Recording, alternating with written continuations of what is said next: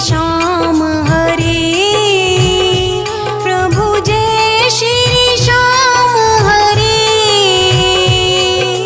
खाटू धाम विराजत, खाटू धाम विराजत, अनुपम रूप धरे। ओम जय श्री श्याम हरे। ओम जय श्री श्याम हरे, प्रभु जय श्री श्याम हरे। खाटू धाम विराजत, खाटू धाम विराजत, अनुपम रूप धरे। ओम जय श्री श्याम हरे।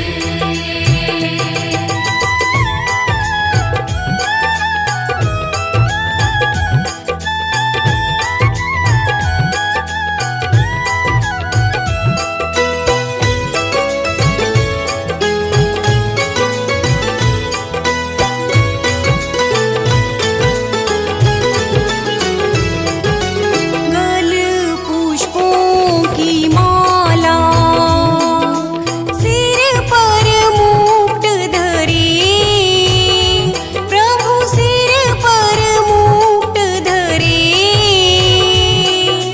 पीत बसन पीतांबर, पीत बसन पीतांबर, कुंडल करन पड़े। ओम जय श्री श्याम हरे। ओम जय श्री श्याम हरे, प्रभु जय श्री श्याम हरे। खाटू धाम विराजत, खाटू धाम विराजत, अनुपम रूप धरे। ओम जय श्री श्याम हरे।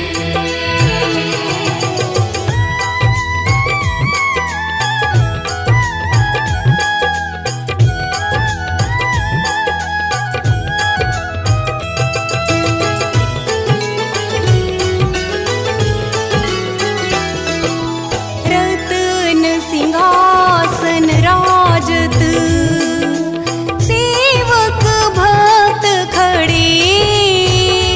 प्रभु सेवक भक्त खड़े। खेवत धूप अग्नि पर, खेवत धूप अग्नि पर, दीपक ज्योति जरे। ओम जय श्री श्याम हरे। ओम जय श्री श्याम हरे, प्रभु जय श्री श्याम हरे। खाटू धाम विराजत, खाटू धाम विराजत, अनुपम रूप धरे। ओम जय श्री श्याम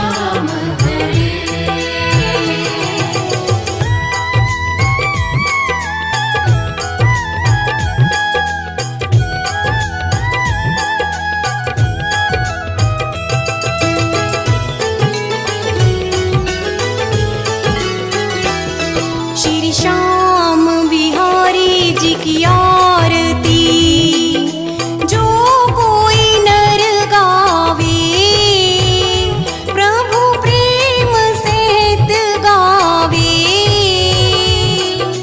कहत आलू सिंह स्वामी, कहत आलू सिंह स्वामी, मन वांछित फल पावे।